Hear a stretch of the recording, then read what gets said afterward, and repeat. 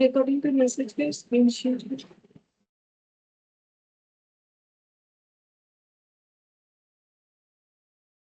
Yes, ma'am.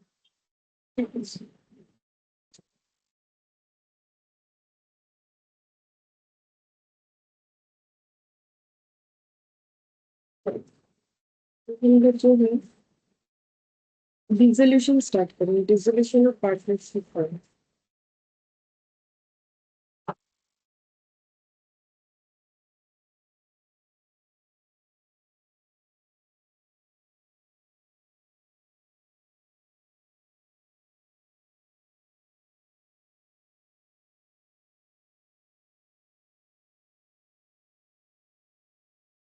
Dissolution का मतलब होता है कोई चीज डिसॉल्व हो जाना यानी बंद हो जाना।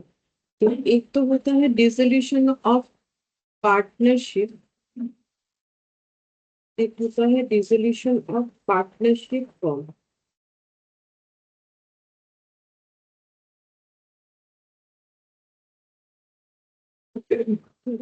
डिसोल्यूशन ऑफ पार्टनरशिप और पार्टनरशिप फॉर्म में फर्क क्या है, ये हम लोग ऑलरेडी कर चुके। डिसोल्यूशन ऑफ पार्टनरशिप हम लोगों ने जितना भी एडमिशन किया, रिटायरमेंट किया, डेथ किया, ठीक है, तो सभी में ओल्ड पार्टनरशिप का डिसोल्यूशन हो जाता है, वो डिसॉल्व हो जाता है। जैसे कि ए बी पार्टनर था, सी ज्वाइन हुआ, तो ए बी वाला पार्टनरशिप डिसॉल्व होके ए बी सी वाला पार्टनरशिप हो। या फिर ए बी सी था, सी रिटायर हो गया फॉर एग्जाम्पल, तो फिर उसमें भी ओल्ड पार्टनरशिप डिसॉल्व हो गया, न्यू पार्टनरशिप क्रिएट होगा ए बी के बीच में, अगर वो लोग बिजनेस कंटिन्यू करना चाहते हैं तो।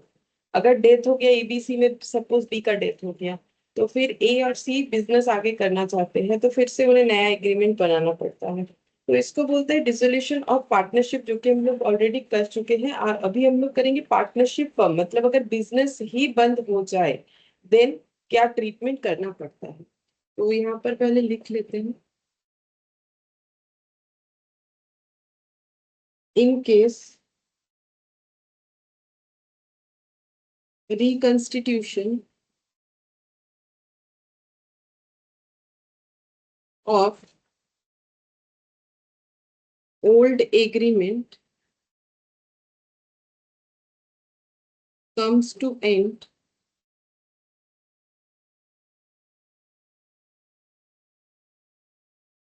so even admission, comma retirement, comma death of partner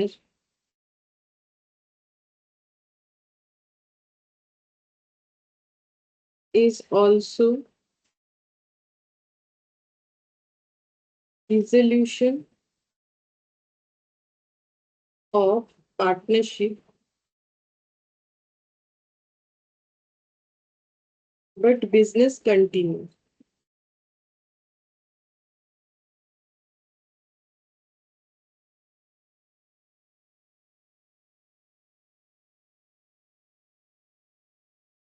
तो अभी जो मैंने बोला वही लिखा है, in case reconstitution of old agreement, मतलब पुराना एग्रीमेंट अगर फिर से रिकंस्टिट्यूट होता है, मतलब फिर से बनता है, old agreement comes to an end, so in case of reconstitution क्या होता है, old in case of reconstitution of old agreement, पुराना एग्रीमेंट अगर बन मतलब खत्म हो रहा है तो comes to an end, so even admission, retirement, death of partner is also dissolution of partnership, but business continues. मतलब पुराना एग्रीमेंट किसी भी वजह से अगर खत्म हो रहा है, चाहे वो एडमिशन हो, रिटायरमेंट हो या डेथ हो, और नया एग्रीमेंट बन रहा है, तो उसमें पार्टनरशिप जो है उसका डिसॉल्व होता है, बट बिजनेस अगर चल रहा है, अगर बाकी पार्टनर चाहते हैं कि बिजनेस चले, अगर नहीं चाहते हैं तो अलग बात है, तब तो बिजनेस बंद हो जाएगा, वो अलग चीज हो गया। बट अगर बाकी पार्टनर चाहते हैं कि बिजनेस को आगे कंटिन्यू करेंगे, चाहे किसी का एडमिशन हो, चाहे किसी का डेथ हो, चाहे किसी का रिटायरमेंट हो, तो फिर उसे हम लोग बोलते हैं कि पार्टनरशिप का डिसॉल्व हुआ है, ठीक है, और नया पार्टनरशिप बिल्ड बिल्ड हुआ है। और हम लोग अभी ये तो हम लोग कर चुके हैं, एडमिशन, रिटायरमेंट, डेथ कंप्लीट करके ही ये किया जाता है। अभी हम लोग पढ़ेंगे यहाँ पर ये वाला पॉइंट, पार्टनरशिप फर्म का dissolution, when the business dissolve और discontinued by mutual agreement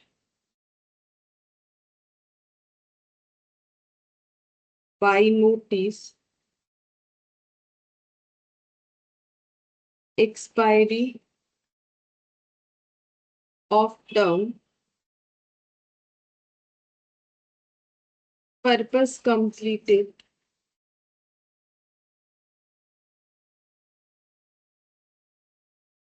insolvency declared by court,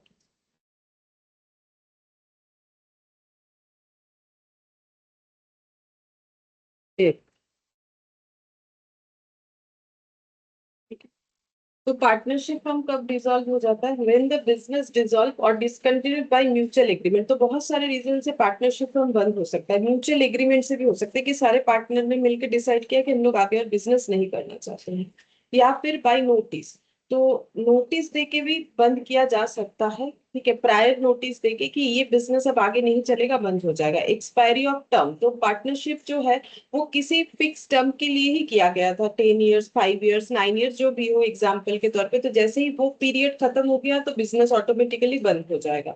purpose completed, किसी स्पेसिफिक पर्पस के लिए पार्टनरशिप हुआ था, वो पर्पस फुलफिल हो गया, पार्टनरशिप भी बंद हो गया। इंसॉल्वेंसी डिक्लेयर्ड बाय कोर्ट, अगर कोर्ट ने वो मतलब इंसॉल्वेंट हो गया है पार्टनर लोग, अब इंसॉल्वेंट लोग अगर मार्केट में बिजनेस करेंगे तो हो सकता है कि इनसे डीलिंग्स करके लोगों का लॉस हो। तो ऐसा अगर कोई इंसॉल्वेंट हो जाता है तो कोर्ट डिक्लेयर कर देता है भाई इनसे कोई एग्रीमेंट वगैरह मत किया करो, क्योंकि ये खुद इंसॉल्वेंट है तो ये कुछ कर नहीं पाएंगे। तो इंसॉल्वेंसी अगर कोर्ट ने डिक्लेयर कर दिया तो बिजनेस बंद करना पड़ेगा। या फिर डेथ होने पे भी हो सकता है, बहुत सारा रीजन होता है। तो ये बेसिकली लॉ का पार्ट है, ठीक है, ये मेरे अकाउंट्स का उतना है भी नहीं। ये लॉ का पार्ट है कि किस तरीके से जो है मतलब क्लोज होता है, क्या क्या रीजन है। अगर वो डिटेल्स में देखना है तो उसमें बहुत सारा रीजन होता है। मैंने यहाँ पर जस्ट कॉमा कॉमा देके बोल दिया कि मेन मेन क्या रीजन होता है। फिर भी यहाँ पर ये पांच पार्ट्स में डिवाइड किया गया है कि ये a firm stands dissolve in the following cases, ऐसे केसेस में फर्म बंद हो जाते हैं, ठीक है। जैसे यहाँ पर ये सब तो मैंने लिखवा दिया है, the expiry of the term, completion of the venture, death of A partner, insolvency of A partner, ये ऑलरेडी मैंने लिखवा दिया है। बस इतना जानना हमारे अकाउंट्स के लिए इंपॉर्टेंट है। इसके अलावा भी अगर थोड़ा बहुत हम बताएं, बोल रहे हैं कि मेन जो है पांच बेसिस होता है ये बंद होने का। पहला बोला है कि पार्टनर लोग खुद अगर एग्री हो जाए कि हम लोग बिजनेस को बंद कर देंगे, all partners except one become insolvent, सारे पार्टनर जो है इंसॉल्वेंट हो गए एक को छोड़ के, तब भी बिजनेस बंद करने के लिए बोला जाता है।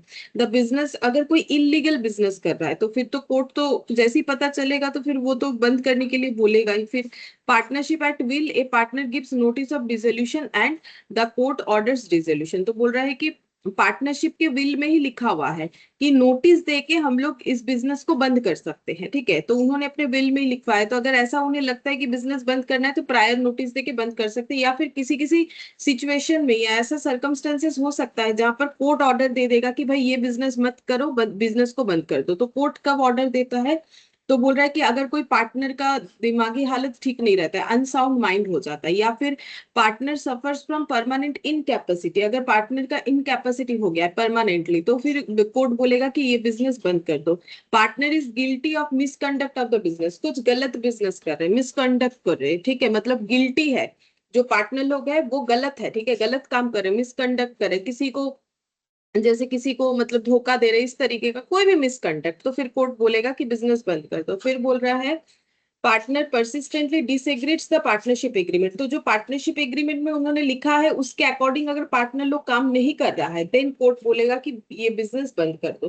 पार्टनर ट्रांसफर इज इंटरेस्ट और share to a third party, तो अगर पार्टनरशिप में जो लोग है वो अगर थर्ड पार्टी को अपना पूरा राइट्स बिजनेस हैंड ओवर कर रहे हैं तो भी बिजनेस डिसॉल्व हो जाएगा।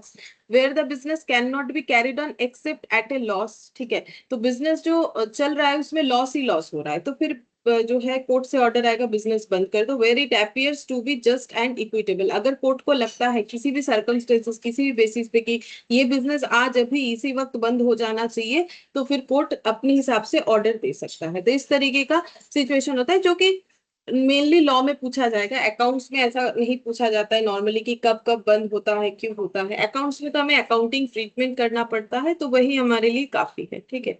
तो मेनली तो मुझे वही सिखाना है, बाकी ये लॉ का पार्ट है। फिर भी मैंने थोड़ा सा हिंट्स दे दिया है कि पार्टनरशिप फर्म कब कब बंद हो सकता है, जो हमें पढ़ना है। अच्छा, अब नेक्स्ट इसमें हम लोगों को अकाउंटिंग ट्रीटमेंट जो हमारा मेन पार्ट है उसमें हम लोग आ जाते हैं। तो सबसे पहले यहाँ पर जब बिजनेस बंद होगा तो एसेट और लाइबिलिटी का सेटल करना पड़ता है। जब भी बिजनेस बंद होगा तो हमें सेटल करना पड़ता है एसेट और liability.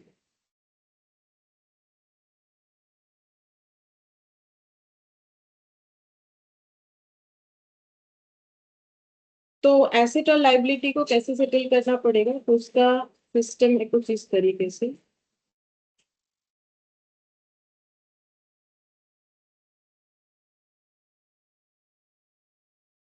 Book of accounts, book value zero, actual और फिजिकल प्रेजेंस इन। तो एसेट और लाइबिलिटी को सेटल करने का मतलब ये है कि जब बिजनेस ही बंद हो जाएगा तो उस बिजनेस से रिलेटेड जितनी भी एसेट और लाइबिलिटीज है वो सेटल करना पड़ेगा। अब सेटल नॉर्मली कैसे होगा, नॉर्मल बात ये है कि जो भी बिजनेस में एसेट रहेगा वो बेच देना पड़ेगा, बेच के जो भी पैसा आएगा उससे बिजनेस का लाइबिलिटी पे कर देना पड़ेगा, क्योंकि लाइबिलिटी बाकी रख के तो बिजनेस बंद नहीं कर सकते। हाँ, अगर ऐसा हुआ कि एसेट बेचने के बाद भी लाइबिलिटी पे ऑफ नहीं हो रहा है तो पार्टनर लोगों को अपना पर्सनल एसेट बेच के वो लाइबिलिटी पे करना पड़ेगा, क्योंकि हम लोग पार्टनरशिप एक्ट 1932 पढ़ रहे हैं। ये एलएलपी नहीं है कि पार्टनर का लाइबिलिटी सिर्फ जो है बिजनेस तक ही मतलब लिमिटेड है। एलएलपी में क्या होता है ना, बिजनेस तक ही लिमिटेड होता है कि बिजनेस में उनका जितना शेयर है उतना ही उन्हें जो है अपना लाइबिलिटी बेयर करना पड़ेगा। लेकिन पार्टनरशिप एक्ट 1932 का तो जो डिसएडवांटेज मेनली यही था कि अगर बाई चांस कुछ भी प्रॉब्लम होता है तो पार्टनर लोगों को ऐसा भी करना पड़ सकता है, पर्सनल एसेट बेच के भी लाइबिलिटी पे करना पड़ सकता है। तो हम लोग तो 1932 ही कर रहे हैं, तो यहाँ पर वही बात होगा कि एसेट बेच के लाइबिलिटी पे कर देंगे बिजनेस बंद हो रहा है तो। और अगर बेचने के बाद पैसा एक्स्ट्रा हो गया, जैसे पैसा एसेट बेच दिया लाइबिलिटी पे कर दिया फिर भी पैसा बच रहा है, तो पार्टनर लोग अपने अंदर बांट लेंगे, क्योंकि वो पार्टनर लोगों का ही पैसे से बना है। और अगर कम हुआ तो अपने घर से लेके आना पड़ेगा, उसके बाद भी कम हुआ तो इंसॉल्वेंट कोर्ट डिक्लेयर करेगा, तब क्या ट्रीटमेंट होगा वो इसके बाद वाले टॉपिक में पढ़ेंगे, जिसको हम लोग बोलते हैं इंसॉल्वेंसी ऑफ द पार्टनर, उसमें क्या ट्रीटमेंट होगा। और अगर ऐसा हुआ कि पेमेंट करने के बाद बच गया तो डिस्ट्रीब्यूट कर लेंगे अपने अंदर, और अगर नहीं बचा तो कुछ डिस्ट्रीब्यूट नहीं कर पाएंगे, ठीक है। तो सबसे पहले हमें अगर अकाउंटिंग ट्रीटमेंट देखना है तो एसेट्स और लाइबिलिटीज का जो बुक वैल्यू है, बुक वैल्यू का मतलब बैलेंस शीट में एसेट और लाइबिलिटीज जितने वैल्यू पे दिख रहा है। जैसे कि अगर ये वाला क्वेश्चन जो अभी हम करवाएंगे इलास्ट्रेशन 1, ये अगर क्या हो गया, हाँ, ये अगर देखें तो बुक वैल्यू का मतलब जैसे ये फिक्स्ड एसेट दिख रहा है 5 लाख में, ये 3 लाख, ये 5 लाख, 10 लाख, जो भी आइटम जैसे दिख रहा है ये सब है बुक वैल्यू। बुक वैल्यू मतलब बैलेंस शीट में जितने में दिख रहा है, तो इनका बुक वैल्यू जीरो करना है। अब अकाउंट्स में जीरो करने का मतलब ये होता है, एक बार बस चला गया। अकाउंट्स में जीरो करने का मतलब ये नहीं है कि 5 लाख से 5 लाख माइनस कर दो जीरो हो जाएगा, नहीं। अब अगर मेरा बिजनेस नहीं रहेगा तो मेरा एसेट भी खत्म हो जाएगा। तो जब एसेट आता है डेबिट होता है, एसेट चला जाएगा तो क्रेडिट होगा। तो फिक्स्ड एसेट डेबिट हुआ है तभी एसेट जो है इधर दिख रहा है 5 लाख, ये सभी डेबिट आइटम्स है, ठीक है। क्योंकि बैलेंस शीट तो एंड में बनता है, पहले जर्नल होता है, फिर लेजर, फिर ट्रायल बैलेंस, फिर उसके बाद बैलेंस शीट, मतलब trading PL then balance sheet बनता है इस सीक्वेंस में। ये एकदम एंड पॉइंट होता है। तो ये जितने भी आइटम इधर दिख रहे हैं ये सभी हम लोग के डेबिट आइटम है, ठीक है, क्योंकि सब एसेट है। और ये सभी जो है लाइबिलिटीज है, तो ये सब क्रेडिट आइटम है। तो अकाउंट्स में अगर किसी चीज को जीरो करना है तो डेबिट है तो उसे क्रेडिट करना है, क्रेडिट है तो उसे डेबिट करना है, ठीक है। तो वो जीरो हो जाता है। तो यहाँ पर वही बोला है कि जितने भी एसेट्स और लाइबिलिटीज है उनके बुक वैल्यू को हमें करना है जीरो। बुक वैल्यू को जीरो करने का मतलब है यहाँ से एक एक करके इनको हटाना है। तो ये डेबिट हो रखा है, अगर हम इसको क्रेडिट कर देंगे तो ये जीरो हो जाएगा, इसे क्रेडिट कर देंगे, इसे क्रेडिट कर देंगे, इसे क्रेडिट कर देंगे। इसको डेबिट करना है, इसको डेबिट करना है, इसको डेबिट करना है, इसको डेबिट करना है, इसको डेबिट करना है, इसको डेबिट करना है, तो ये ऑटोमेटिकली जीरो हो जाएगा, क्योंकि कोई आइटम ऑलरेडी डेबिट है वो क्रेडिट होगा तो जीरो हो जाएगा। पहले तो ये करना है। लेकिन बेच देना एसेट इतना आसान बात नहीं, ये तो अकाउंट्स का ट्रीटमेंट है कि भाई हम लोग पेन पेपर में इसको जीरो कर दिए, लेकिन आज बोलने से ही आज ही कोई चाहे तो अपना फिक्स्ड एसेट नहीं बेच सकता है। अगर किसी पार्टनरशिप हमको अपना बिजनेस बंद करना है तो वो अभी बोले तो अभी उसका बिजनेस जो है मतलब पेन पेपर में तो बंद हो जाएगा, ठीक है, वहां काम भी नहीं होगा। लेकिन ऐसा इसका मतलब ये नहीं है कि सारे एसेट्स फटाफट फटाफट बिक गए, इतना आसान नहीं होता है। कब किसी का बड़ा फैक्ट्री है, वहां बड़ा सा प्लांट लगा हुआ है, ठीक है, एक नॉर्मल सा अगर एसी भी बेचना है जो ऑफिस में लगा हुआ है, तो क्या उतना आसान होता है कि हम एसी आज बोले कल बिक गया, ठीक है, तो बेचने के लिए तो हमें देखना पड़ेगा ना कि भाई हमें सही दाम मिल रहा है नहीं मिल रहा है, ठीक है, फिर किसी को बुलाना पड़ेगा, वो एसी निकालेगा, ऐसा थोड़ी कि उठा के बेच दिया। तो उसमें बहुत सारे स्टेप्स होते हैं, जैसे जैसे चीज होता है उसके हिसाब से स्टेप्स होता है। स्टॉक बेचना एक अलग रिस्पॉन्सिबिलिटी हो जाता है, अलग तरीके का। अगर जो बड़ा सा फैक्ट्री में प्लांट लगा हुआ है उसको बेचने का अलग प्रोसीड्यूर होगा, एक फर्नीचर बेचने का अलग प्रोसीड्यूर होगा। तो एक्चुअली फिजिकल प्रेजेंस को खत्म करना उतना आसान नहीं है, लेकिन एंड तक हमें खत्म तो करना पड़ेगा ना। चाहे अब उसमें 2 साल लगे 3 साल लगे, बिजनेस बंद हो गया, अब जरूरी थोड़ी ना है कि सारे प्लांट वगैरह फर्नीचर वगैरह एक ही दिन में बिक जाएगा, 1 साल भी लग सकता है, 2 साल भी लग सकता है। तो उसको बोलते हैं physical presence. Actually physical presence को भी हमें एंड करना है, बट उसमें टाइम लगता है। बाकी हमें अकाउंटिंग ट्रीटमेंट दिखा देना होता है कि भाई मेरा बिजनेस बंद हो गया, यहाँ से मेरा और कोई एक्टिविटी नहीं हो रहा है। तो हमें यही वाला सीखना पड़ेगा कि कैसे करके हम लोग जो है बुक्स ऑफ अकाउंट्स, मतलब हमें अकाउंटिंग ट्रीटमेंट सीखना है। एक्चुअली जब बिकेगा तब बिकेगा। बाकी एक्चुअली यहाँ पर लेकिन क्वेश्चन हमें बताएगा, ये हम प्रैक्टिकल बता रहे कि कैसे होता है, बाकी क्वेश्चन हमें बताएगा कि कौन से डेट पे कौन सा एसेट बिका। जैसे यहाँ पर बोला है फिक्स्ड एसेट बिका है 5,20,000 में, ठीक है, इस तरीके से हमें बता देगा। नहीं बताएगा तो हम लोग क्वेश्चन को कैसे करेंगे। लेकिन ये स्टेप्स होने में काफी टाइम लगता है, ठीक है, ये अभी इसको जीरो कर दिया बुक वैल्यू और कल एसेट बिक जाएगा या 5 मिनट में एसेट बिक जाएगा, ऐसा नहीं होता है। ये सारी चीजों में काफी टाइम लगता है एक्चुअली इसका फिजिकल प्रेजेंस को खत्म करने में, ठीक है। अब यहाँ पर हमें जो मेन मेन जर्नल एंट्री करना होगा वो हम बता देते हैं। Books value, values of assets and liabilities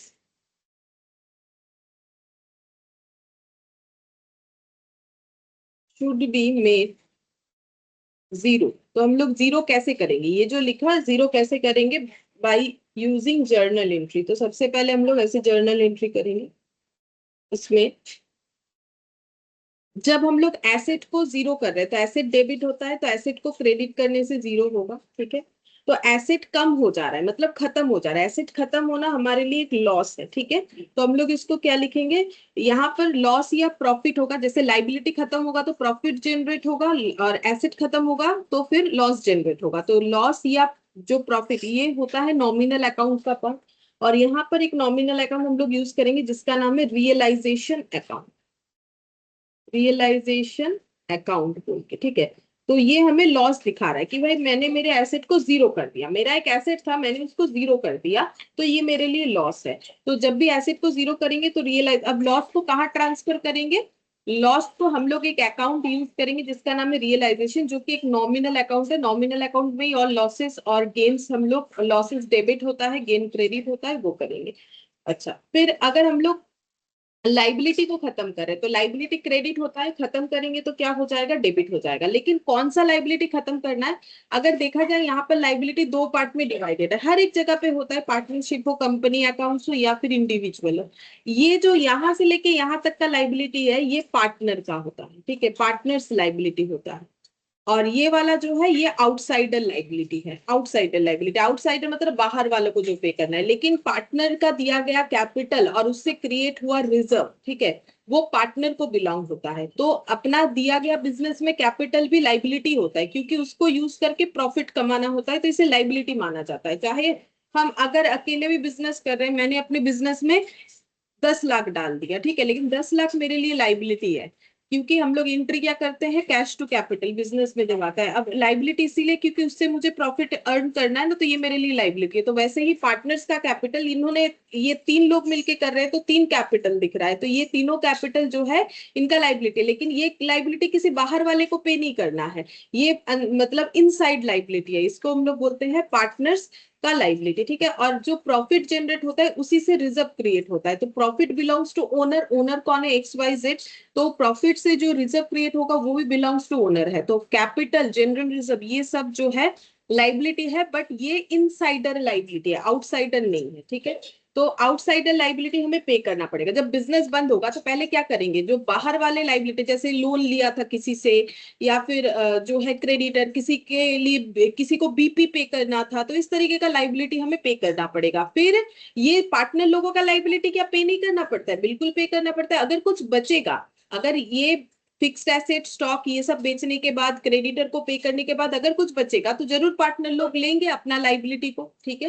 मतलब पार्टनर बोलेगा, अगर पैसा बच रहा है तो पार्टनर बोलेगा ठीक है, एक्स बोलेगा मेरा 4 लाख हम ले लेंगे, वाई बोलेगा हम मेरा 3 लाख हम ले लेंगे, जेड बोलेगा 2 लाख ले लेंगे। जनरल रिजर्व आपस में जो है प्रॉफिट शेयरिंग रेशियो में डिस्ट्रीब्यूट कर लेंगे, लेकिन उसके लिए बचना चाहिए अमाउंट, ठीक है। तो मिलेगा सभी को, पार्टनर को भी मिलेगा, बाहर वाले को, लेकिन पहले तो बाहर वाले को देना पड़ेगा। कुछ बचा तो ना पार्टनर लोग अपने अंदर डिस्ट्रीब्यूट करेंगे, पहले ही पार्टनर लोग अपने अंदर डिस्ट्रीब्यूट कर लेंगे और बोलेंगे कुछ नहीं बचा बाहर वाले को नहीं देंगे, ऐसा थोड़ी होता है।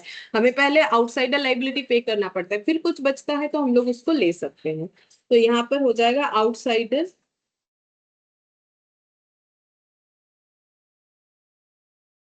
आउटसाइडर लाइबिलिटी अकाउंट डेबिट, क्योंकि लाइबिलिटी क्रेडिट होता है तो ये खत्म हो जाएगा तो डेबिट हो जाएगा। टू कहाँ पर ट्रांसफर होगा, लाइबिलिटी खत्म होना एक प्रॉफिट है, तो प्रॉफिट हो या लॉस मुझे कहाँ ट्रांसफर करना है, रियलाइजेशन बोल के एक अकाउंट यूज करना है वहां पर। अब ये रियलाइजेशन अकाउंट इसीलिए नाम दिया गया क्योंकि यहाँ बिजनेस बंद हो रहा है, तो जो रियलाइज्ड हो रहा है इसीलिए इस अकाउंट का नाम दिया गया है रियलाइजेशन। अब ये एंट्री कैसे होगा, बुक वैल्यू पे होगा। पहले ही मैडम मैंने रियल बोला था। अकाउंट मैडम रियल अकाउंट और रिलेशन में सेम है क्या? नहीं, real account realization account same नहीं है। रियलाइजेशन अकाउंट एक नॉमिनल अकाउंट है, रियल अकाउंट का मतलब होता है जिस जहां पर एसेट को दिखाया जाए। एक्चुअली अकाउंट्स में मेन 3 तरीके के अकाउंट्स होता है। ओल्ड जो गोल्डन रूल है उसके हिसाब से पर्सनल अकाउंट होता है, रियल अकाउंट होता है, नॉमिनल अकाउंट होता है। और करेक्ट। इस अकाउंट्स के अंडर बहुत सारे अकाउंट्स हो सकते हैं, मतलब ये टाइप्स है। तो जिसमें नॉमिनल अकाउंट्स एक टाइप है जहां पर हम लोग एक्सपेंसेस, इनकम या गेन्स को रिकॉर्ड करते हैं।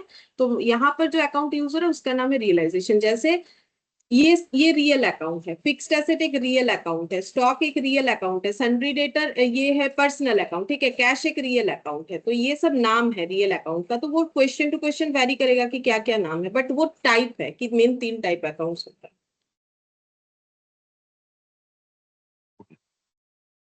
तो फिर यहाँ पर हमें एक नोट लगाना,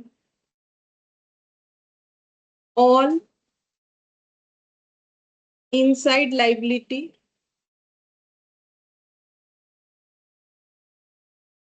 will be transferred to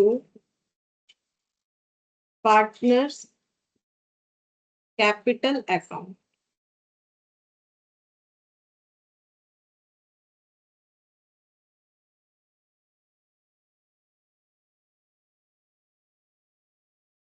सारे इनसाइडर लाइबिलिटीज, मतलब जो पार्टनर का लाइबिलिटी है वो पार्टनर्स कैपिटल अकाउंट में जाता है। जैसे कि एग्जांपल के तौर पे पार्टनर्स कैपिटल, वो तो पार्टनर्स कैपिटल में ही ट्रांसफर होगा।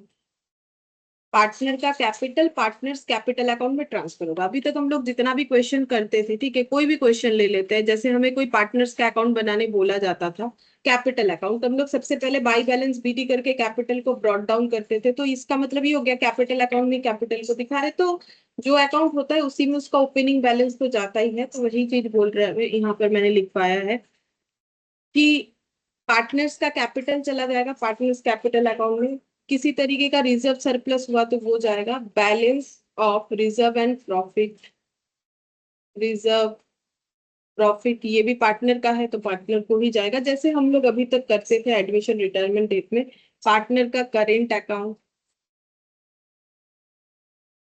तो पार्टनर का करेंट अकाउंट कैपिटल अकाउंट में जाता है। ये तो हम लोग डेट्स में भी देख रहे थे। ये यहाँ पर जो क्वेश्चन क्या हुआ, या तो एग्जीक्यूटर है तो ये रहा करेंट अकाउंट, इस क्वेश्चन में भी था। तो पीटर का करेंट अकाउंट एट लास्ट जाके कैपिटल में ट्रांसफर हुआ, ठीक है। तो ये तो हम लोग पहले जैसे कर रहे थे वही सेम चीज यहाँ पर भी बोला है।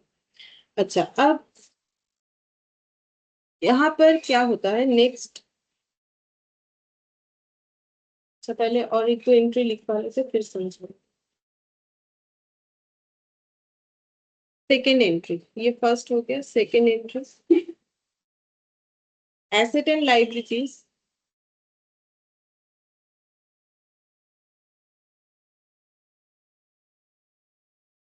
should be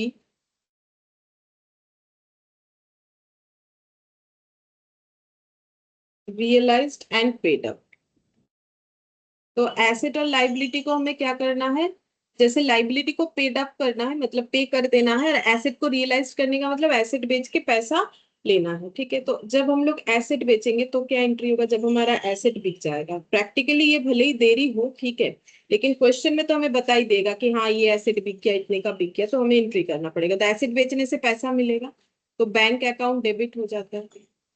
अगर बैंक हुआ तो बैंक लिखेंगे, कैश हुआ तो कैश लिखेंगे, डिपेंड करता है कि हमारे बैलेंस शीट में जो कैश या बैंक का लेजर है वो क्या है। जैसे यहाँ पर कैश इन हैंड है तो फिर हम लोग कैश लिखेंगे, अगर बैंक बैंक का लेजर हुआ तो बैंक लिखेंगे।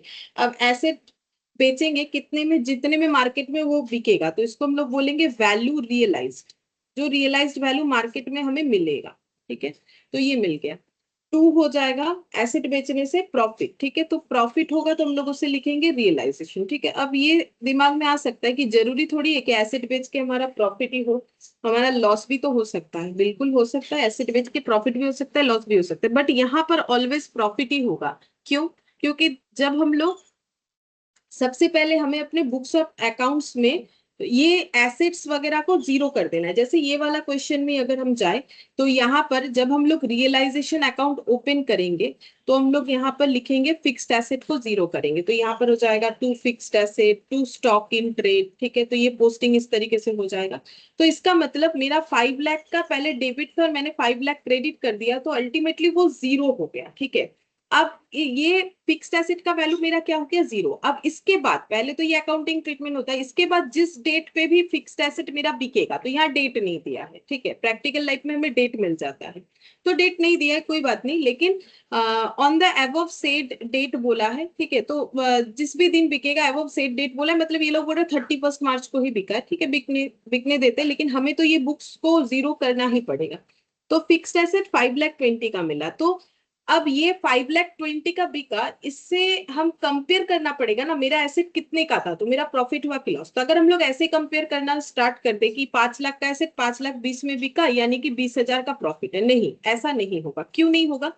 क्योंकि जब हम लोग इसका अकाउंटिंग ट्रीटमेंट कर रहे हैं तो हम लोग इस 5 लाख के एसेट को जीरो वैल्यू बना रहे हैं जब हम इसे क्रेडिट कर रहे हैं। मतलब हम लोग बोल रहे हैं कि हमारे बुक्स ऑफ अकाउंट्स में किसी तरीके का एसेट नहीं है, सारे एसेट्स को हम लोगों ने रियलाइजेशन में क्रेडिट कर दिया है, मतलब खाली कर दिया है। ठीक है, तो लॉस है, मतलब 5 लाख मेरा खत्म, 5 लाख का एसेट मेरे पास नहीं है, हम ये मानेंगे। ना तो मेरे पास 3 लाख का कोई एसेट है, ना तो मेरे पास 5 लाख का डेटर है। कैश का हम बाद में बता रहे, कैश को रियलाइजेशन में नहीं दिया जाता है, वो लिखवाएंगे धीरे धीरे। क्यों नहीं दिया जाता, उसका लॉजिक ये है कि रियलाइजेशन में हमें वही चीज देना है जिससे हमें कुछ रियलाइज होगा या फिर पे ऑफ करना पड़ेगा। अब कैश को थोड़ी ना, कैश कोई मार्केट में बिकने वाला चीज थोड़ी ना है कि हम लोग रियलाइजेशन में दे दे कि कैश से क्या रियलाइज होगा। जैसे एसेट बेच के कुछ मिलेगा, स्टॉक बेच के कुछ मिल सकता है, डेटर से कुछ पैसा मिल सकता है। ठीक है, पूरा भी मिल सकता है, कम भी मिल सकता है, लेकिन थोड़ी ना कैश कोई सेलेबल आइटम है। अगर सेलेबल आइटम होता तो हम लोग रियलाइजेशन में दिखाते। तो इसीलिए, क्योंकि हम लोग सारे एसेट्स को बेच क्यों रहे, बिजनेस बंद कर रहे हैं, पैसा चाहिए ताकि हम लोग लाइबिलिटी पे ऑफ कर पाए। तो जो जो मेरे पास पैसा ऑलरेडी है 10,000, उसको मुझे कुछ नहीं करना है, इसलिए कैश अकाउंट कभी भी रियलाइजेशन में नहीं जाएगा, इसका अलग से अकाउंट ओपन होगा, तो वो लिखवाएंगे नोट्स में। तो अभी हम जो समझा रहे हैं कि 5 लाख का एसेट मेरा जीरो हो गया, 3 लाख का स्टॉक भी मेरा जीरो हो गया, 5 लाख का डेटर भी मेरा जीरो हो गया। अब एक जीरो वैल्यू के एसेट को अगर हम बेचेंगे तो उसमें बेच के जितना भी मुझे मिलेगा वो पूरा का पूरा मेरा प्रॉफिट है। तो इसका मतलब 5 लाख का जो एसेट था जो जीरो हो गया क्रेडिट करने पे, वो 5,20,000 में बिका, यानी 5,20,000 फुल्ली मेरा क्या हो गया, प्रॉफिट हो गया। ऐसे मान के किया जाता है, तो ये लॉजिक है। ठीक है, बाकी तो हम लोग ऐसे कर ही सकते हैं, जैसे मतलब जो पार्टनरशिप 12 वगैरह में किया जाता है तो फिर ऐसे बोल दिया जाता है कि रियलाइजेशन टू एसेट कर दो, आउटसाइड लाइबिलिटी रियलाइजेशन कर दो, फिर इसके बाद इस तरीके से लिख लिख। ठीक है, लेकिन इसका लॉजिक जो है, हो सकता है लॉजिक भी बताया जाता हो, लेकिन हम लोग लॉजिकली इसीलिए पढ़ेंगे क्योंकि हम लोग तो प्रोफेशनल कोर्स कर रहे हैं, तो लॉजिकली पढ़ना जरूरी होता है। बाकी स्कूल लेवल पे अगर थोड़ा बहुत इधर उधर कर भी लेते हैं तो चल जाता है, बट यहाँ तो नहीं चलेगा ना, तो इसीलिए हमें यहाँ लॉजिकली चीजों को समझना पड़ेगा। तो जब हम लोग एसेट बेचेंगे तो फिर ये 5,20,000 होगा बैंक अकाउंट डेबिट, और ये पूरा रियलाइजेशन में चला जाएगा। एक्चुअली रियलाइजेशन तो एक नॉमिनल अकाउंट है, तो नॉमिनल अकाउंट का मतलब हो जाता है जैसे अगर हम लोग एसेट बेच के प्रॉफिट कमाते हैं, ठीक है, तो टू पीएल लिखते हैं ना, बैंक टू पीएल। जैसे कोई एसेट था, मान लेते हैं 10,000 रुपए में हम लोगों ने बेच दिया, और वो एसेट था एक बिल्डिंग, ठीक है, बिल्डिंग मान लेते हैं बिल्डिंग था 8,000 का, तो हम लोगों ने 10,000 का वो बेच दिया। तो एंट्री क्या होता है, bank account debit to PL बोल के 2,000 दिखाते, प्रॉफिट टू बिल्डिंग बोल के दिखा देते 8,000, कि भाई 8,000 का बिल्डिंग चला गया, बिल्डिंग डेबिट था, क्रेडिट हो गया, प्रॉफिट 2,000 जनरेट हुआ और हमें 10,000 रुपए मिला, ये एंट्री होता है। बट यहाँ तो ऐसा एंट्री नहीं हो रहा है, यहाँ पर बैंक टू रियलाइजेशन होगा। तो इसमें नॉमिनल अकाउंट कौन सा है, ये वाला है, ठीक है, पीएल जो है ये नॉमिनल अकाउंट है, क्योंकि पीएल का मतलब ही होता है प्रॉफिट और लॉस, और नॉमिनल अकाउंट का मतलब ही होता है जहां पर लॉसेस जो है, लॉसेस इनकम गेन्स, ये हम लोग रिकॉर्ड करते हैं। और losses and expenses are debited, all income and gains are credited, ठीक है, ये रूल्स होता है नॉमिनल अकाउंट का। तो यहाँ पर हम लोग 2,000, तो इसका मतलब इसमें भी तो फिर हमें ये दिखाना चाहिए कि हमारा जो इनकम है वो 5,20,000 है, जिसमें 20,000 प्रॉफिट है 5 लाख का एसेट बेच के। लेकिन हम लोग ऐसा एंट्री नहीं करेंगे, यहाँ पर हम लोग डायरेक्ट 5,20,000 ही करने वाले हैं, ठीक है। तो ये तो एक्चुअली अगर देखा जाए तो यहाँ रियलाइजेशन है, बिकॉज ये हम लोग का डिसोल्यूशन हो रहा है। तो अगर इसको थोड़ा सा इस एंट्री के साथ मैच कराए तो ये पीएल होना चाहिए, तो पीएल में तो मुझे 20 दिखाना चाहिए, 20,000, बट हम 5,20,000 दिखाएंगे, क्योंकि मैंने यहाँ पर कोई पीएल वाला एंट्री दिखाया नहीं है, होगा भी नहीं। क्यों? क्योंकि हम लोग जब इस एसेट के बुक वैल्यू को जीरो कर रहे हैं तो एसेट मेरा जीरो का हो गया, और जीरो वैल्यू का कोई भी चीज को जितने में बेचेंगे पूरा का पूरा मेरा प्रॉफिट है, इसीलिए यहाँ पर एंट्री ऐसे होता है 5 लाख, और 5,20,000 से होगा, यानी bank account debit to realization होगा। तो यहाँ पर ये जो है इस लॉजिक के हिसाब से काम हो रहा है, ठीक है। तो यहाँ पर हम लोग सिर्फ प्रॉफिट को नहीं बुक करेंगे, क्योंकि रियलाइजेशन अकाउंट हमारे प्रॉफिट या लॉस को ही बुक करेगा ना। तो यहाँ पर प्रॉफिट सिर्फ 5 लाख नहीं होगा, 20,000 नहीं होगा, सॉरी 5 लाख बोल रहा है, इसके साथ कंपेयर करें तो 20,000 नहीं होगा, पूरा का पूरा 5,20,000 होगा। क्यों? क्योंकि इसके प्रीवियस वाले एंट्री की वजह से हमारे एसेट का वैल्यू हो गया है पूरा पूरा zero.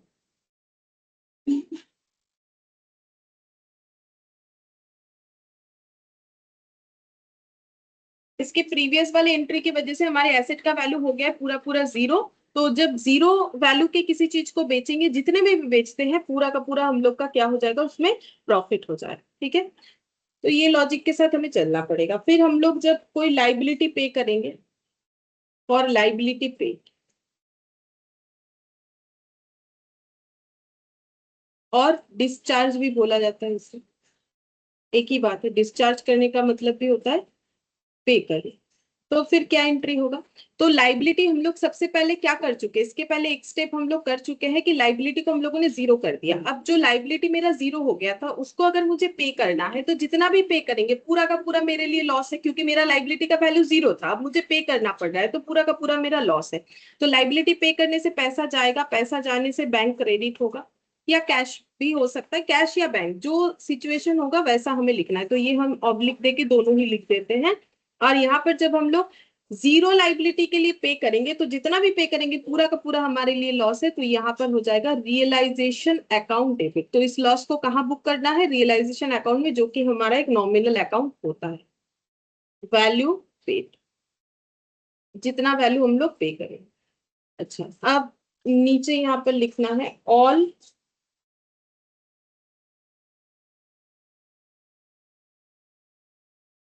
Nominal account effects will be written in one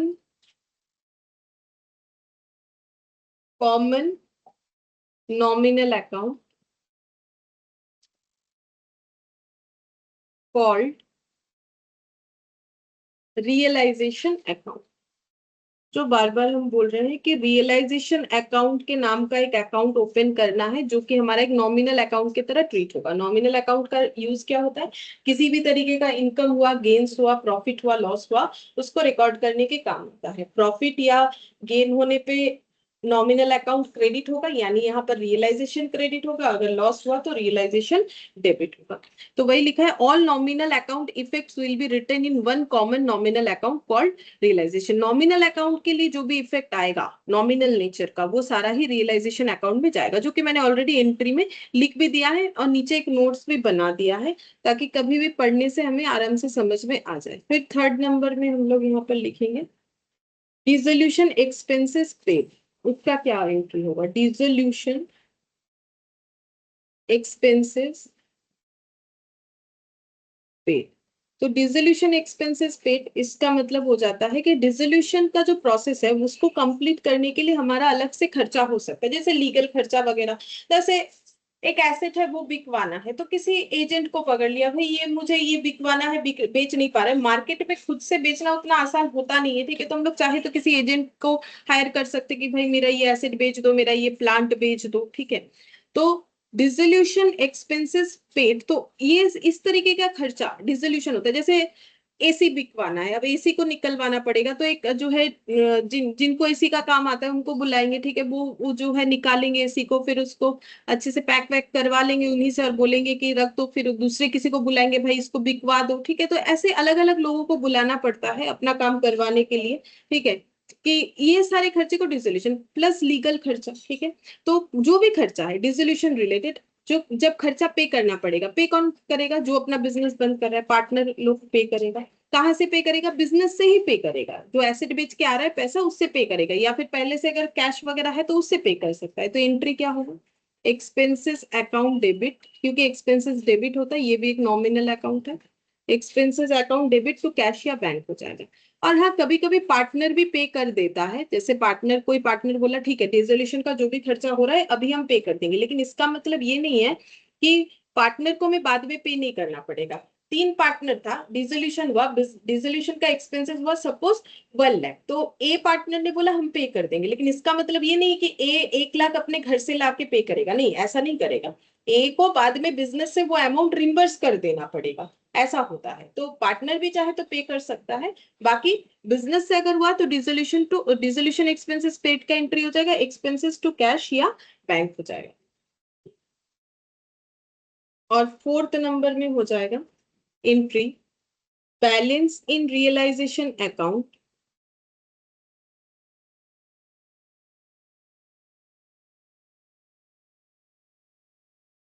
to be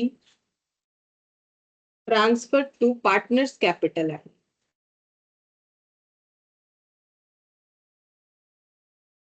तो रियलाइजेशन अकाउंट को जब हम लोग क्लोज करेंगे, जब रियलाइजेशन का लेजर या अकाउंट को हम लोग क्लोज करेंगे, तो उसमें बैलेंस आ सकता है या तो डेबिट साइड या तो क्रेडिट साइड, हो सकता है टैली भी हो जाए, लेकिन टैली बहुत कम केसेस में होता है। नॉर्मली प्रॉफिट या लॉस कुछ एक आता है, तो जो भी प्रॉफिट या लॉस होगा वो किसको बिलोंग करेगा, ओनर को, क्योंकि रियलाइजेशन में हम लोग लिख क्या रहे हैं कि एसेट बेच के कितना मिला, लाइबिलिटी पे ऑफ कर दिया। तो अगर उसके बाद भी कुछ अमाउंट बच जाता है तो वो किसको जाएगा, वो पहले ही मैंने बोला वो पार्टनर को जाएगा। एसेट बेचने के बाद जो भी पैसा आया और हमारे पास पहले से जो पैसा था उससे सारे लाइबिलिटी पे करने के बाद अगर हमारे पास कुछ बच जाता है तो वो किसको मिलेगा, पार्टनर लोग अपने अंदर डिस्ट्रीब्यूट करेंगे। तो वही चीज मैंने यहाँ पर लिखा है। तो इसके रिगार्डिंग जर्नल एंट्री क्या होगा, तो जर्नल एंट्री हो जाएगा if realization account close profit, अगर रियलाइजेशन अकाउंट हम लोगों ने क्लोज किया और हमें प्रॉफिट दिखा, देन एंट्री क्या होगा, देन एंट्री होगा रियलाइजेशन अकाउंट डेबिट, क्योंकि प्रॉफिट है, प्रॉफिट क्रेडिट होता है, डिस्ट्रीब्यूट होगा तो डेबिट हो जाएगा टू पार्टनर्स कैपिटल, पार्टनर के कैपिटल में वो अमाउंट जाके ऐड हो जाएगा।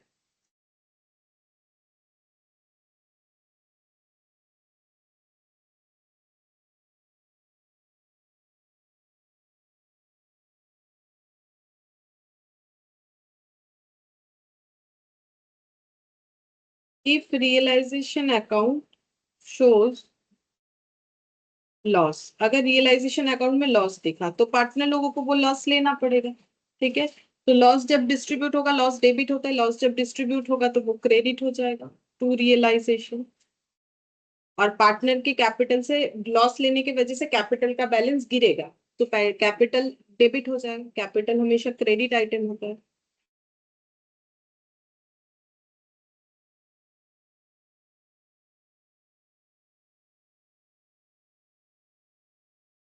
फिफ्थ नंबर में settlement of partners capital.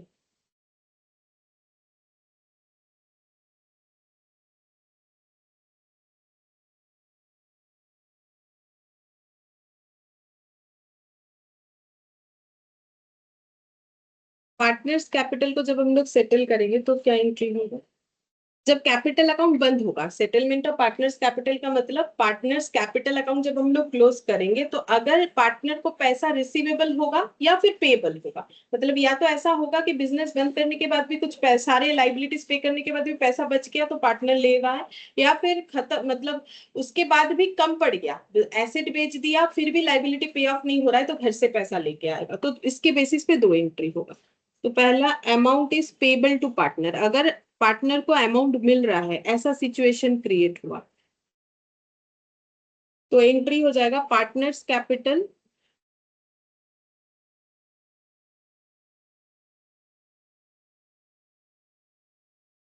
Account debit to cash या bank.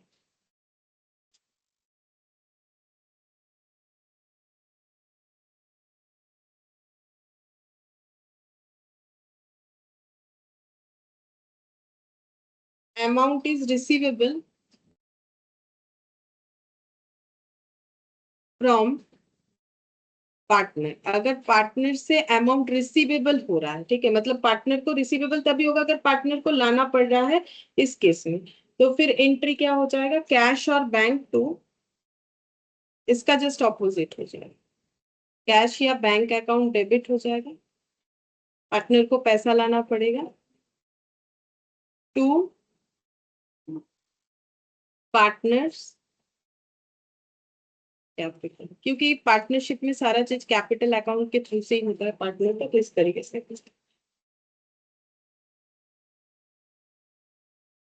After the fifth point, the balance of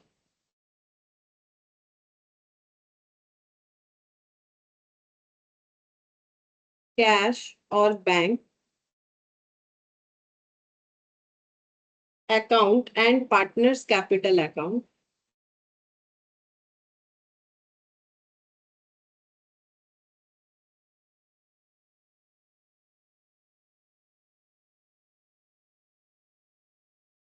is automatically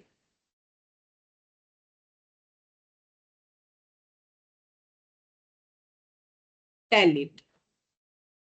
तो यहाँ पर मैंने ये लिखा है कि फिफ्थ पॉइंट तक जब हमारा एंट्री कंप्लीट हो जाएगा, द बैलेंस ऑफ कैश और बैंक अकाउंट, जो कैश और बैंक अकाउंट अलग से ओपन करना पड़ेगा, मैंने पहले ही बोला ना कि ये हम लोग रियलाइजेशन में नहीं देते क्योंकि ऑलरेडी रियलाइज्ड फॉर्म में ही है, कैश एक रियलाइज्ड फॉर्म में ही होता है, तो कैश तो कहीं मार्केट में बिकेगा नहीं कि बेच देंगे ले जाकर, कैश थोड़ी ना कोई बेचने वाला चीज है, बाकी चीज बेच क्यों रहे हैं, क्योंकि पैसा चाहिए। और जब मेरे पास एक कोई चीज in the form of cash है ही तो फिर इसे क्या करना है, कुछ नहीं करना है, तो इसका अलग से अकाउंट ओपन होता है। तो फिफ्थ पॉइंट तक एंट्री हो जाने के बाद हम लोग कैश और बैंक अकाउंट का जब बैलेंस करेंगे और एंड पार्टनर्स कैपिटल अकाउंट को जब बैलेंस करेंगे तो बोल रहा है कि ऑटोमेटिकली टैली हो जाना चाहिए, तो ऑटोमेटिकली क्या टैली हो जाएगा, कैश और बैंक अकाउंट, ठीक है, और पार्टनर्स कैपिटल, मतलब दोनों एक साथ क्लोज होकर टैली हो जाता है, वो क्वेश्चन करने से पता चलेगा, ठीक है, ऐसे तो नहीं समझा पाएंगे, तो इस तरीके से होगा। तो जो भी एक ओवरव्यू चाहिए था, मतलब जो भी नेसेसरी चीज था हम लोगों ने लिख लिया, अब हम लोग ये जो क्वेश्चन देख रहे थे ना इसको हम लोग कर सकते हैं। X Y and Z are partners of the firm X Y Z and company, तो इन्होंने X Y Z and company बोल के जो पार्टनरशिप फर्म बनाई, यहाँ तीन पार्टनर थे X Y Z, profit and loss sharing था 4:3:2, following is the balance sheet of the firm. तो बैलेंस शीट तो मैंने बहुत बार यहाँ पर बोल दिया, तो वो बैलेंस शीट दिया हुआ है, partners of the firm decide to dissolve the firm on the above said day, तो ये लोग चाहते हैं कि 31 मार्च को इन्होंने डिसाइड किया कि ये लोग ये बिजनेस बंद कर देंगे। फिर यहाँ पर बोलना स्टार्ट कर दिया कि फिक्स्ड एसेट बेच के इतना मिला, बुक डेप्ट से इतना रिकवर हुआ, stock were valued at 2,50,000 and it was taken over by partner Y. अच्छा, फिर यहाँ पर बोला है creditor allowed discount of 5% and the expenses of realization amounted to 6,000, you are required to prepare realization account, partners capital account and cash account, ये तीन चीज हमें प्रिपेयर करने बोला है, तो पहले करते हैं। तीन अकाउंट हमें बनाना है, एक है realization account,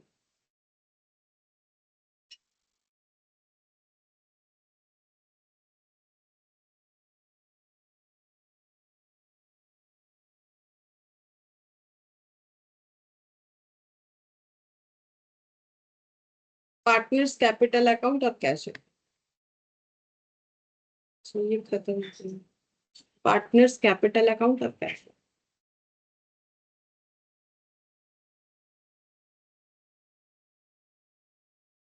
partners capital account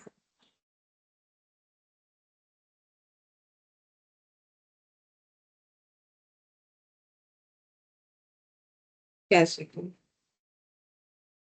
तो अभी तक हम लोगों ने जो भी लिखा, जो भी सीखा है, उसी के बेसिस पे चलेंगे। तो सबसे पहला स्टेप क्या होता है, जितना भी एसेट या लाइबिलिटीज है बुक वैल्यू पे, सभी को हमें कर लेना होगा जीरो। ठीक है, तो उसके लिए हमें यूज करना पड़ेगा रियलाइजेशन अकाउंट का। ठीक है, तो रियलाइजेशन अकाउंट में सबसे पहले मेन टास्क होता है हमारा इस बैलेंस शीट को जीरो कर देना। ठीक है, तो जो भी एसेट्स है, एसेट डेबिट है, एसेट को क्रेडिट करना पड़ेगा। तो क्रेडिट साइड में हम लोग यहाँ पर लिखेंगे क्रेडिट करते हुए टू सन्ड्री एसेट। तो क्रेडिट होता है लेकिन पोस्टिंग तो हमेशा डेबिट में होगा क्रेडिट वाला। तो ये तो लेजर पोस्टिंग का जो सिस्टम है उसके हिसाब से।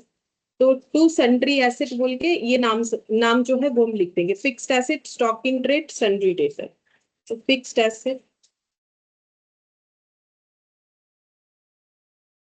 स्टॉक इन ट्रेड,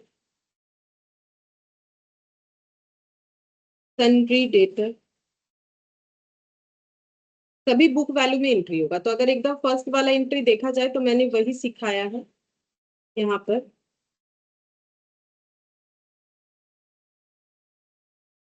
दूसरा page,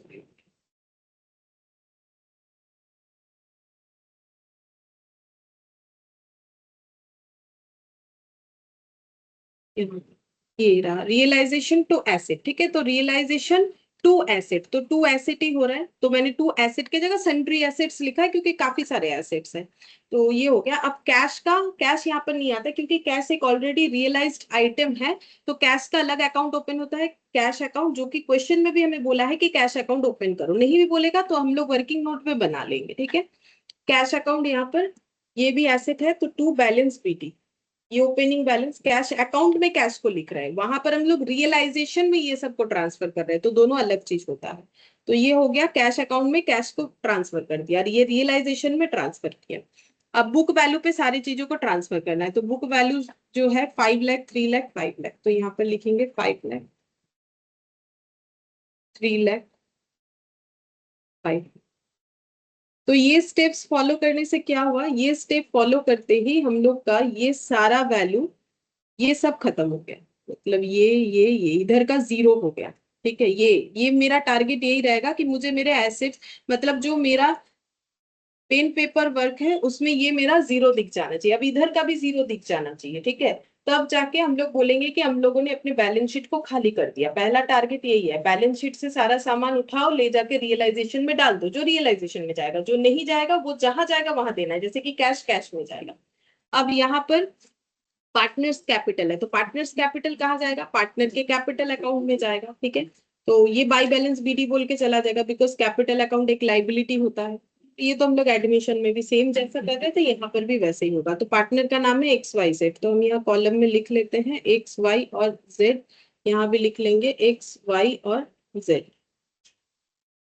by balance BD 4 lakh, 3 lakh, 2 lakh,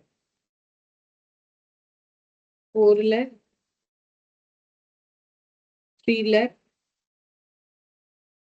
2 lakh. तो ये इधर से खाली हो गया। जनरल रिजर्व किसका है, पार्टनर का है, तो वो भी पार्टनर लोगों में चला जाएगा। कैसे जाएगा, जैसे एडमिशन रिटायरमेंट डेथ में करते हैं, जनरल रिजर्व को प्रॉफिट शेयरिंग रेशियो में तीनों में डिस्ट्रीब्यूट कर देंगे क्योंकि रिजर्व इन्होंने क्रिएट किया, इनके मेहनत का है, तो इन्हें भी मिल जाएगा। कैसे मिलेगा, ऑलवेज प्रॉफिट शेयरिंग रेशियो पे मिलता है, जैसे एडमिशन रिटायरमेंट डेथ में मिलता है। तो 4:3:2 90,000 है। तो ये कितना हो जाएगा, 90,000 बाई 9, 10,000। तो ये हो गया 40,000, 30,000 और 20,000। अब ये आ रहा है आउटसाइडर लाइबिलिटी। तो ये कहाँ पर जाएगा, सारे लाइबिलिटीज को हमें रियलाइजेशन में ट्रांसफर करना पड़ता है जितने भी आउटसाइडर होते हैं। तो सन्ड्री क्रेडिटर चला जाएगा 3,20,000 में यहाँ पर। तो यहाँ पर हो जाएगा बाई सन्ड्री लाइबिलिटी, जबकि एक ही लाइबिलिटी है, फिर भी मैंने लिख दिया सन्ड्री लाइबिलिटीज। लिखने में कोई प्रॉब्लम नहीं है, हम लोग अगर सन्ड्री लाइबिलिटीज लिख लेते तो कोई फर्क नहीं पड़ता। सन्ड्री क्रेडिटर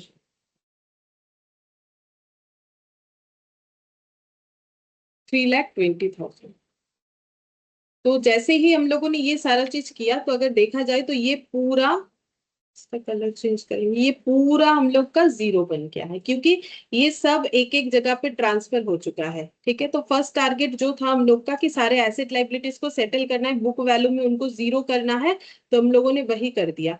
मतलब ये पॉइंट 1 हम लोगों ने परफॉर्म कर लिया यहाँ पर, ये वाला, कि books of accounts book value zero करना है, चाहे वो एसेट का हो चाहे वो लाइबिलिटी का हो। तो उसके लिए ये एंट्री करना है, realization to assets outside liability, liability to realization, ये कर दिया। और पार्टनर से रिलेटेड सारे आइटम पार्टनर्स के अकाउंट में चले जाएंगे। और कैश का मैंने लिखवाया नहीं, बट मैंने बता दिया क्यों कैश का अलग अकाउंट बनता है, चाहे क्वेश्चन बोले या ना बोले, क्योंकि कैश ऑलरेडी रियलाइज्ड आइटम है, तो उसे रियलाइजेशन में हम लोग कैसे दे, उसको थोड़ी ना मार्केट में कोई कैश बेच सकता है कि भाई ये लोग कैश बेच देते हैं, ऐसा नहीं होता है। अब फिक्स्ड एसेट बेच दिया हम लोगों ने। अब नेक्स्ट यहाँ पर एक एक स्टेप करेंगे। फिक्स्ड एसेट बेच के 5,20,000 हुआ, तो मेरा एसेट का वैल्यू क्या बन चुका है अभी, जीरो, क्योंकि 5 लाख का एसेट डेबिट था, मैंने 5 लाख का एसेट को क्रेडिट कर दिया। अब जीरो वैल्यू का एसेट बेच के मुझे 5,20,000 मिला, तो प्रॉफिट है। All profit and gains are credited nominal account पे होता है, यहाँ नॉमिनल अकाउंट है रियलाइजेशन अकाउंट, तो रियलाइजेशन अकाउंट क्रेडिट होगा, यानी टू रियलाइजेशन अकाउंट। और एसेट बेच के पैसा आया तो बैंक टू रियलाइजेशन अकाउंट, तो रियलाइजेशन अकाउंट में क्या लिखेंगे, बाय बैंक, तो यहाँ पर लिख देंगे बाय बैंक। तो यही मैंने एंट्री लिखवाया, इसी को हम पोस्ट करें। अच्छा, बैंक लिखे या कैश, क्योंकि मेरे पास कैश इन हैंड वाला लेजर है, तो मुझे बैंक की जगह कैश यूज कर लेना चाहिए। ठीक है, तो हम यहाँ पर कैश लिखेंगे। कैश लिख के क्या बेचा है, फिक्स्ड एसेट बुक डेब्ट दोनों, तो दोनों के लिए सेम कंसेप्ट। तो फिक्स्ड एसेट हम ये शॉर्ट में लिख देते हैं, 5,20,000 में बेचा। बुक डेटर यानी ये सन्ड्री डेटर जो कि मैंने जीरो कर दिया था, 5 लाख का डेटर, 5 लाख का डेटर को जीरो कर दिया, 5 लाख के डेटर जीरो हो गए, डेटर मेरा जीरो बैलेंस दिख रहा था, बट मुझे 4,40,000 मिला, तो मेरे लिए 4,40,000 ही प्रॉफिट है। तो मुझे 4,40,000 का प्रॉफिट हुआ, तो bank account debit to realization, तो यहाँ पर हो जाएगा बैंक अकाउंट डेबिट, यानी कैश, यहाँ पर कैश होगा तो वो तो हम बोलते हुए बैंक बोल रहे हैं, बाकी कैश का नेसेसरी होगा तो कैश लिखेंगे, जहां बैंक का होगा वहां बैंक लिखेंगे। तो बुक डेबिट 4,40,000 ये हमें मिल गया। अच्छा, फिर इसके बाद स्टॉक जो है 2,50,000 वैल्यू हुआ। स्टॉक कितने का था, स्टॉक था 3 लाख, जो कि मैंने जीरो कर दिया, तो जीरो के जीरो वैल्यू वाला स्टॉक 2,50,000 में वैल्यू हुआ, और वो वाई पार्टनर ले गया। ठीक है, अब कोई पार्टनर अगर स्टॉक लेके जाता है तो फिर इसका क्या कैलकुलेशन होना चाहिए, तो सिंपल बात है, बिजनेस बंद हो रहा है, बिजनेस बंद हो रहा है तो XYZ अगर सारे लाइबिलिटीज पे करने के बाद उन्हें अगर कुछ मिलेगा तो वो ले जा सकते हैं। ठीक है, मतलब कुछ पैसा वगैरह। अब कोई पार्टनर ये कर सकता है कि पैसे के बदले कुछ और टेक ओवर कर लिया, ठीक है, तो फिर 2,50,000 का उसने एसेट टेक ओवर कर लिया। तो नॉर्मल सा बात है, ये अगर बिक जाता मार्केट में, ये वाला अगर मार्केट में बिकता, मतलब मेरे कहने का मतलब है कि अगर पार्टनर नहीं लेके बाकी पॉइंट्स के तरह अगर यहाँ पर ये बोला जाता स्टॉक रियलाइज, मतलब स्टॉक बेच के इतना हुआ, तो हम लोग क्या एंट्री करते हैं, हम लोग एंट्री कर देते हैं बैंक टू रियलाइजेशन, ये सिंपल एंट्री होना चाहिए था 2,50,000 का, हम 2.5 लिख रहे हैं। लेकिन अगर ये स्टॉक पार्टनर लेके जा रहा है तो पैसा तो नहीं आ रहा है, पार्टनर लेके जा रहा है, पार्टनर पैसा दे रहा है ये नहीं बोल रहा है, पार्टनर डायरेक्टली पैसा नहीं देता है। पार्टनर अगर ये लेके जाएगा तो वो अपने रिसीवेबल अमाउंट के साथ उसे एडजस्ट करेगा, मतलब वाई को जितना भी पैसा मिलेगा बिजनेस बंद होने पे, अगर वाई को कुछ भी रिसीवेबल होगा तो उसमें 2,50,000 हम लोग कम देंगे। ठीक है, तो यहाँ पर स्टॉक का वैल्यू वाई ने 2,50,000 लिया है और वो लेके जाएगा, तो पैसा तो नहीं मिलेगा बिजनेस में, बल्कि वाई को जो पेमेंट मिलेगा उसमें 2,50,000 कम देना पड़ेगा। तो फिर कम देने का मतलब अगर देना पड़ता तो उसके कैपिटल में जाके ऐड होता, तो कैपिटल क्रेडिट होता। अब लेंगे तो फिर 2,50,000 कम देंगे, तो फिर उसके कैपिटल को डेबिट करना है, तो फिर वाई का कैपिटल हो जाएगा डेबिट। तो Y's capital debit to realization, realization तो होगा, रियलाइज तो हो रहा है, लेकिन मार्केट में होके पैसा नहीं मिल रहा है, पार्टनर लेके जा रहा है, तो पार्टनर के साथ उसका एडजस्टमेंट कर लेंगे कि भाई वाई को जितना भी पेमेंट करना है उसमें 2,50,000 कम देंगे, क्योंकि वाई ने ये स्टॉक लिया है। तो फिर एंट्री क्या हो जाएगा, रियलाइजेशन में जैसे बाई कैश होता, अगर हम लोग पैसा देते तो यहाँ पर पैसा मिलता, हमें बेच देते, तो बेच नहीं रहे हैं, कोई पार्टनर लेके जा रहा है, तो ठीक है, तो एंट्री हो जाएगा उस पार्टनर का कैपिटल अकाउंट डेबिट, तो वाइज कैपिटल अकाउंट डेबिट हो जाएगा कैश के जगह। यहाँ पर हो जाएगा स्टॉक, स्टॉक टेकन कितने का, 2,50,000 का। ठीक है, उसने 2,50,000 में टेक ओवर किया। अच्छा, अब ये क्रॉस पोस्टिंग हो जाएगा बिकॉज हमारे पास कैपिटल अकाउंट अवेलेबल है, तो कैपिटल अकाउंट में हम लोग लिखेंगे कैपिटल अकाउंट में हम लोग को लिखना पड़ेगा टू रियलाइजेशन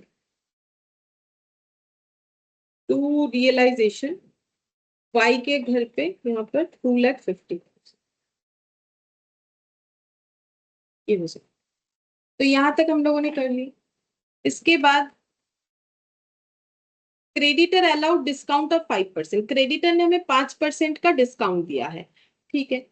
तो क्रेडिटर ने अगर हमें 5% का डिस्काउंट दिया है तो हमें क्रेडिटर को कितना पेमेंट करना पड़ेगा? तो क्रेडिटर का वैल्यू था 3,20,000 में अगर हमें 5% डिस्काउंट मिला है तो हमें 5% कम पे करना पड़ेगा। तो क्रेडिटर को पे करने से एंट्री क्या हो जाएगा?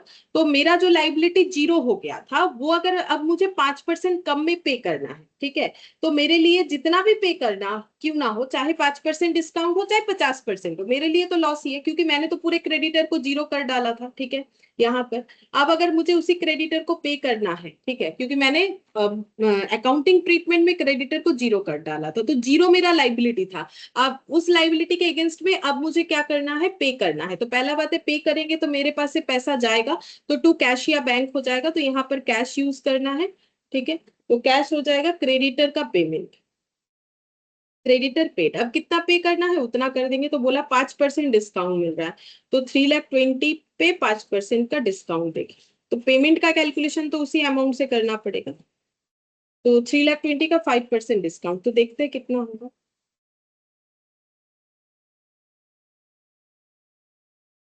3,20,000 इंटू 5%, 16,000 माइनस 3,20,000,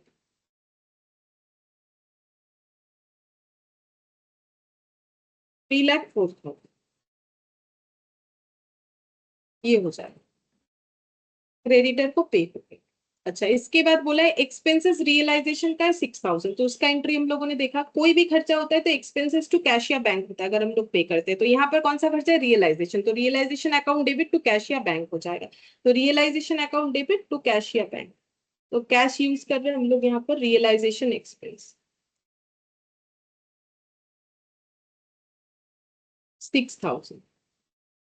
अच्छा, अब ये जितने भी कैश वाला एंट्री है ना उसका क्रॉस पोस्टिंग कैश अकाउंट में कर देते हैं, वो हम भूल गए, वो भी कर देना चाहिए था हमें साथ साथ, ठीक है। तो कैश अकाउंट में हम लोग जितना भी क्रॉस पोस्टिंग है उसे कर लेंगे। तो अभी रियलाइजेशन अकाउंट का एंट्री किया, realization account debit to cash या बैंक, तो यहाँ पर करेंगे बाई रियलाइजेशन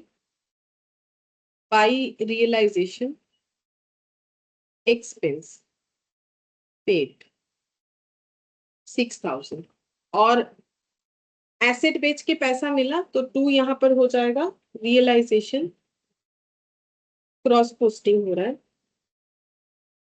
फिक्स्ड एसेट से बुक डेप्ट से 5,20,000 और 4,40,000, तो ये क्रॉस पोस्टिंग कर लिया। ये एक्चुअली साथ ही साथ कर लेने से बेटर है, जब वहां एंट्री करेंगे तब यहाँ पर, तो हम भूल गए तो अभी कर दिया है, ठीक है, लेकिन याद रखना चाहिए हमें साथ साथ करने से फिर छूटेगा नहीं। फिर यहाँ पर बस और कुछ नहीं है, अब हमें अकाउंट को एक एक करके क्लोज करना है। तो सबसे पहले कौन सा अकाउंट क्लोज होगा? रियलाइजेशन, क्योंकि हम लोगों ने लिखा भी था कि रियलाइजेशन अकाउंट का जो भी प्रॉफिट लॉस होगा वो पार्टनर्स कैपिटल में जाएगा, तो पहले रियलाइजेशन सबसे पहले क्लोज होगा, तो रियलाइजेशन को क्लोज करते हैं। तो प्रॉफिट हो रहा है कि लॉस चेक करते हैं, तो यहाँ पर इधर ही ज्यादा आ रहा है, देख के लग रहा है, क्योंकि यहाँ है 3,04,000, 5,00,000, 3,00,000, तो ये काफी ज्यादा है। तो 5,00,000, 5,00,000, 10 और 3, 13, 13 और 3, 16,04,000 और 6,000, 4 और 6, 10 हो गया, तो 16,10,000 हो जाएगा। यहाँ पर भी 16,10,000,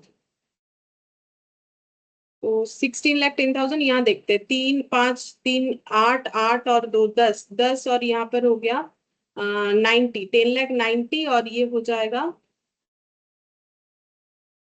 8, 9, 10, 10,90,000 और 4,40,000,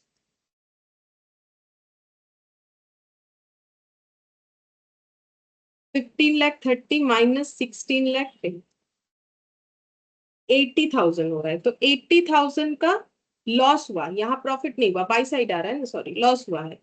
तो यहाँ पर हो जाएगा बाई रियलाइजेशन लॉस, जैसे हम लोग रिवैल्यूएशन वगैरह करते हैं, बाई रियलाइजेशन लॉस किसको मिलेगा? प्रॉफिट हो या लॉस, ओनर को जाता है तो पार्टनर लोगों को जाएगा। Transfer to X's capital Y's capital, जेड्स कैपिटल। अच्छा, कितना कितना हो जाएगा? 4/9, 3/9, 2/9, 4/9, 3/9, 2/9। देखते हैं कितना आएगा। तो ये पॉइंट में आएगा क्योंकि 9 है डिविजिबल, तो हाँ पॉइंट में आ रहा है। इंटू 4, 35,556 कर देंगे, डिवाइडेड बाय 4 into 3, तो ये हो जाएगा 26,667, डिवाइडेड बाय 3 into 2, तो ये हो जाएगा 17,777 ही रखेंगे, इसे 8 नहीं करेंगे क्योंकि इसका टोटल 80,000 होना चाहिए। तो अगर हम लोग यहाँ पर 6 ले रहे हैं, यहाँ 7 ले रहे हैं, तो फिर यहाँ पर हमें 7 ही लेना पड़ेगा, तब जाके 80 होगा। अगर हम लोग एक कम या मतलब ज्यादा कर देते, इसे भी राउंड अप करने के लिए 8 कर देंगे तो 1 आ जाएगा, 80,001 ऐसा कुछ आ जाएगा। तो इसीलिए लास्ट वाला फिगर हमें ऐसा लेना पड़ेगा। पहले मैंने राउंड किया क्योंकि 0.5 के बाद था तो इसे 6 कर दिया, इसे भी 0.5 से ज्यादा था 7 कर दिया। तो इसे ऐसा रखना है डेटा को ताकि ये टोटल करने पे 80,000 आए। तो कोई भी एक डेटा को हमें कम बेसी रखना पड़ेगा 5 आने के बाद भी। तो ये मैंने लास्ट वाला ही चूज किया, इसीलिए इसीलिए पहले ये दो रेशियो से निकाल के ये दो को ऐड करके 80,000 से माइनस करके बैलेंस करके निकालना चाहिए, जब ऐसा हमारा पॉइंट्स में आंसर आता है। तो ये हो गया। अब ये कैपिटल अकाउंट में ट्रांसफर हो जाएगा। तो बाय रियलाइजेशन बोल के, बाय रियलाइजेशन अकाउंट 35,556, 26,667, 17,777 ये हो जाएगा। अच्छा, अब इसके बाद यहाँ पर रियलाइज, ये कैपिटल अकाउंट को हम लोग क्लोज करेंगे।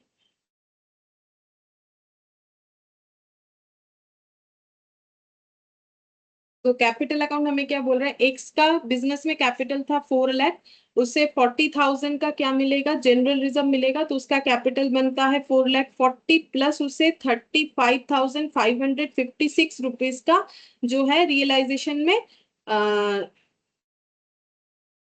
अच्छा, ये मैंने उल्टा साइड लिख दिया, ये लॉस आया था भाई, हम सोच रहे इधर लिख दिया मैंने गलती से, लॉस आया था तो इधर आएगा क्योंकि एंट्री क्या हुआ है?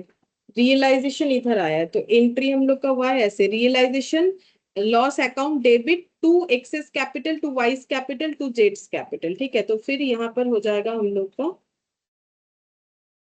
ऐसे टू रियलाइजेशन लॉस। लॉस होगा तो उनके अकाउंट में क्या होना चाहिए? पैसा कटना चाहिए, इधर लिखने से तो ऐड हो जाएगा ना। 35,556, 26,667, 17,777, अगर प्रॉफिट आता तो इधर लिख सकते हैं। तो ए को मिलना चाहिए 4,40,000, लेकिन उतना नहीं मिलेगा। क्यों नहीं मिलेगा? क्योंकि उनको रियलाइजेशन का लॉस 35,556 लेना पड़ेगा, तो माइनस 4,40,000।